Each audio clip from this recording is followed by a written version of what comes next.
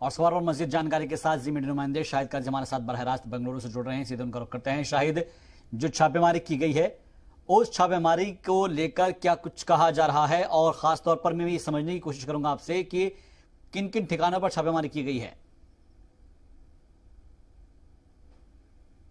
सुबह से अदल सुबह 6 बजे जो है जी ईडी की तरफ से ये रेड हुए हैं। तकरीबन जमीर अहमद खान के 6 ठिकानों पर ये इस वक्त रेड चल रहे हैं, अभी भी जारी है। उनके उसमें 3 मकान हैं, उसके अलावा उनके 3 दफ्तर हैं। नेशनल ट्रैवल्स उनकी एक बहुत बड़ी कंपनी है, जो ट्रैवल कंपनी है, उनके दफ्तरों पर रेड हुआ है। और उसके अलावा दीगर उनके ठिकानों पर भी छापे मारे गए हैं। बताया जा रहा है कि जमीर अहमद खान ने आईएमए के मामले में उनका एक मामला मुलविस था। आईएमए एक फ्रॉड कंपनी थी जिसने जमीर अहमद खान की एक जमीन खरीदी थी। उसके एवज में जमीर अहमद खान ने जमीन बेचकर उनसे पैसे लिए थे। जो पैसे आईएमए कंपनी से जमीर अहमद खान को ट्रांसफर हुए हैं, उसी पर उनको इल्जाम है। बताया जा रहा है कि जमीर अहमद खान को जो पैसा आया है आईएमए की तरफ से, वो किस बेस पे आया है, उसकी छानबीन लगातार इस पे कार्रवाई हो रही थी, लेकिन अचानक आज रेड हुआ है।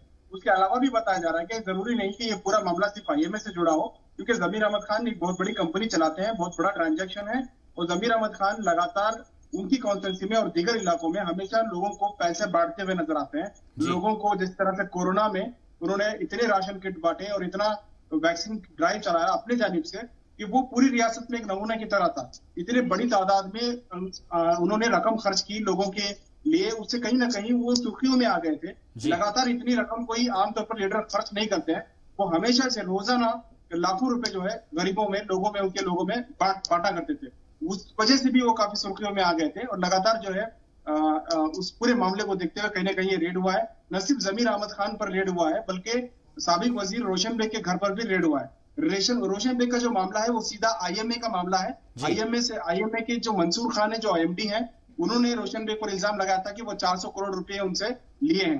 तो कहीं ना कहीं उनका जो मामला है वो सीधे आईएमए से जुड़ा है। लेकिन जमीर अहमद खान का आईएमए के साथ साथ दीगर जो कंपनी है उसका भी हो सकता है, क्योंकि बहुत सारे टैक्सेस भी बताया जा रहा है कि वो भरे नहीं थे, वो भी एक वजह हो सकती है। तो कुल मिला के जो सबसे ज्यादा सुर्खियों में है वो जमीर अहमद खान है, क्योंकि उनके चाहने वालों की बहुत बड़ी तादाद है।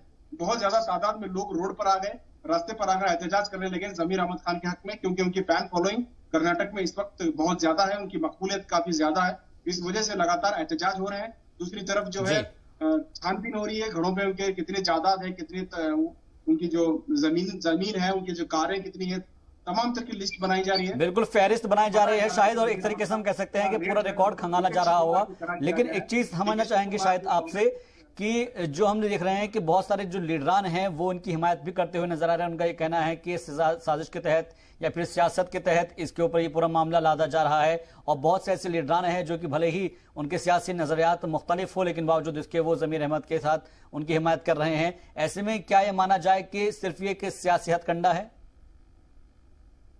जी बिल्कुल। देखिए, डीके शिव कुमार आज दिल्ली में है और उन्होंने वहां दिल्ली से जो है उन्होंने एक स्टेटमेंट दिया है। उन्होंने कहा है कि ईडी और आईटी और ईडी सिर्फ कांग्रेस लीडर को क्यों निशाना बनाती है?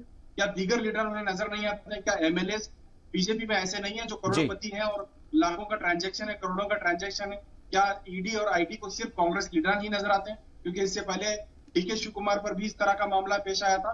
और अब ये जो है चूंकि डीके शिव कुमार के बाद जो है अब ये जमीर अहमद खान पर पेश आया। जमीर अहमद खान भी कर्नाटक के पावरफुल लीडर माने जाते हैं, काफी मालदार शख्स माने जाते हैं, और लगातार कांग्रेस में उन्होंने अपनी पकड़ जमाई हुई है और कांग्रेस के बड़े लीडरों में शामिल होते हैं। अब डीके शिव कुमार हमेशा से जमीर अहमद के खिलाफ रहे हैं, कहीं ना कहीं उनकी मुखालिफ गिरोह में रहे हैं। जमीर अहमद खान सिद्धरामैया के करीबी माने जाते हैं। इसके बावजूद भी जो है डीके शिव कुमार ने आज स्टेटमेंट दिया है कि जमीर अहमद खान एक काबिल शख्स है, उनका जो हिसाब किताब है वो सीधा है, और कहीं ना कहीं उनकी जो कंपनी का हिसाब किताब है वो पेश करेंगे, और जल्द से जल्द जो है दूध का दूध और पानी का पानी हो जाएगा।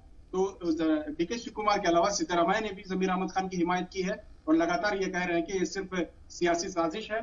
साजिश के तहत जो है ये रेड हो रहे हैं लगातार, क्योंकि लगातार जितने भी रेड हुए हैं मैक्सिमम वो कांग्रेस लीडर के ऊपर हो रहे हैं। इस वजह से लगातार इस तरह के इल्जाम जो है झेलना पड़ रहा है। देखना होगा कि अब ये रेड कितने दिन तक चलेगी, क्योंकि जरूरी नहीं कि रेड आज ही खत्म हो, क्योंकि अभी तक जो है अफसरान जो है उनके घर में मौजूद है। उनका एक घर railway station, cantonment railway station के पास एक बहुत बड़ा बंगला है, उस बंगले में इस वक्त रेड चल रहा है। उसके अलावा यूपी जी। सिटी में एक फ्लैट है, वहां पर भी एक टीम लगी हुई है। उसके अलावा जो उनके दफ्तर हैं, तमाम दफ्तरों पे जो है नेशनल ट्रैवल्स के, वहां जी। पर अलग अलग टीम जो है गई हुई है। तो बताया जा रहा है कि दिल्ली से ईडी की जो टीम है वो 45 लोगों की एक टीम जो है बेंगलोर आज सुबह पहुंची थी, और जी। उससे पहले उन्होंने एक हफ्ते तक लगातार इस पर छानबीन की है। उसके जी। बाद उन्होंने रेड किया है। बताया जा रहा है कि 25 कारों में, अलग अलग कारों में इन्होंने अलग अलग जगह पे ये जी। रेड किया है, और लगातार उनके जो करीबी लोग हैं उन पर भी रेड हुए हैं।